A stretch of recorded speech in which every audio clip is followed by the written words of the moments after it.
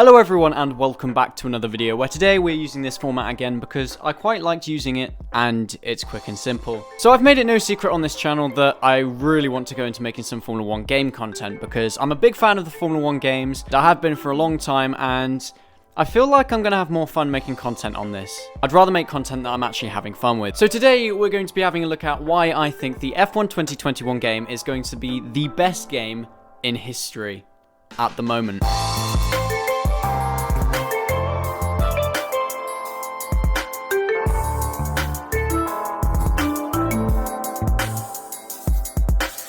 Okay, so starting off with the new handling model. Obviously, I haven't had a chance to play this game because I'm not a big enough YouTuber yet to get offered free access like IntotheBarrier or Aarava. However, I have obviously had a chance to have a look at some gameplay and kind of analyze it myself, and I must say I'm excited by the look of the handling model. The new handling model looks very, very good. I've watched videos from Jimmy Broadbent and everyone. I am very impressed with how realistic this game looks compared to last game. I didn't like how last game always looked as if it was on rails, and I like how you have to fight the car more in this game with the new tire models and floor downforce, which is very exciting. I genuinely cannot wait to get my hands on and play the game just for the handling model. Another thing I'm very excited about is the damage model. The damage model's finally been updated for the first time in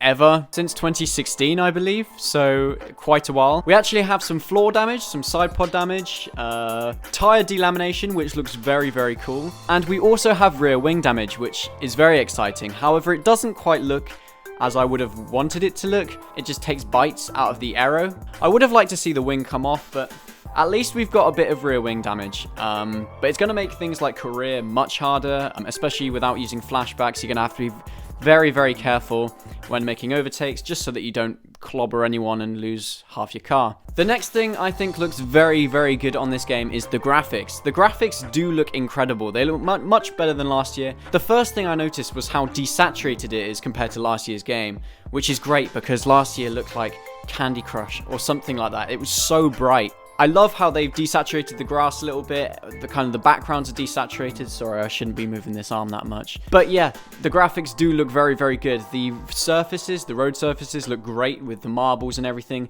The wet surfaces look amazing with the puddles and all that. Yeah, I'm really looking forward to driving in the wet just to kind of see how it feels going through puddles and all that. It might not feel any different, but who knows?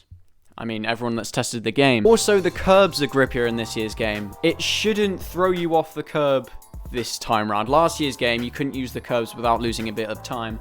However, by the looks of it on this game, according to some of the YouTubers, you can hit the curbs as hard as you want, or some of them anyway, and you should be alright, although obviously with the floor downforce, you've got to be careful doing that as well, because it could just spit you into a wall. But exciting nevertheless. Also, something that appeared obvious to me right from the offset was the turbo sounds with the engines. It sounds incredible. Instantly hear the difference between this year's game and last year's game, just from the turbo, the Mercedes.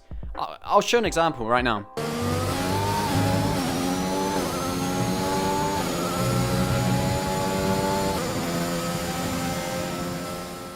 So yeah, I think that sounds incredible, and it sounds amazing. So Codemasters and EA have done a fantastic job with that.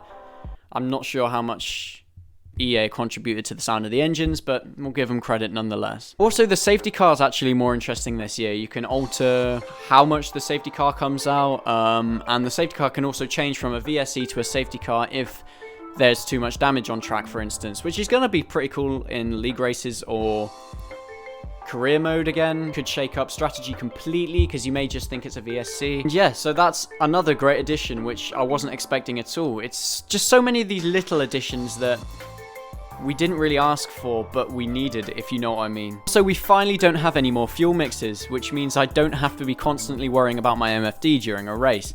I know lots of people love this, and you could gain a lot of time with this if you used it well. However, where in real life they can only use one engine mode, it's quite good that you're stuck with standard now because you don't have rich or lean anymore unless you're under safety car, which you can go to lean. So your only focus really is the ERS, which is great for me because I struggled swapping engine modes, so I'm happy. Also, in career modes, you can get random failures, which finally make you a little bit less overpowered when it comes to my team or career mode, when all your rivals keep kind of retiring due to engine faults. So yeah, it might be the most annoying thing in the world. However, I think the true hardcore fans could actually appreciate it. It should be a good thing overall, and you can turn it on or off. So if you hate it, don't use it. Breaking Point also looks awesome.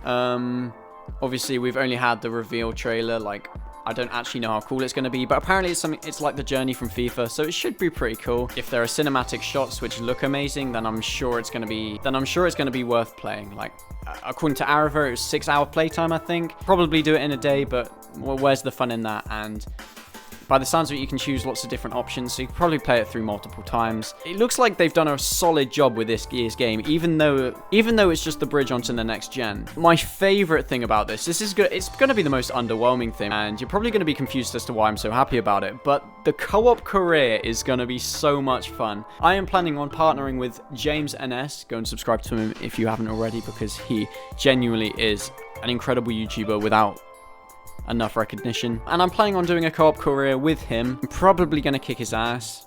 Okay, no, that's really mean. We're going to race together. I'm not sure if we're going to do the team mode or the rival mode. However, it's going to be fun nonetheless, and I reckon I'm genuinely going to have so much fun with those videos, and I'm going to really enjoy kind of putting some stuff out for you. So if it's not the kind of content you'd typically watch, I apologize for that. However, I do kind of want to make some content that I enjoy making, because obviously that's important as well. So I am really looking forward to that, and it's the main reason I'm getting the game, which sounds really sad after everything else I've just mentioned. But yeah, that's not all. There is so much more, but it's a lot to go through in one short video where I'm kind of waffling anyway. If you want more in-depth analysis on these things, obviously you can go check out the people who've actually played the game, such as Jimmy Broadbent, Aarava, and all that.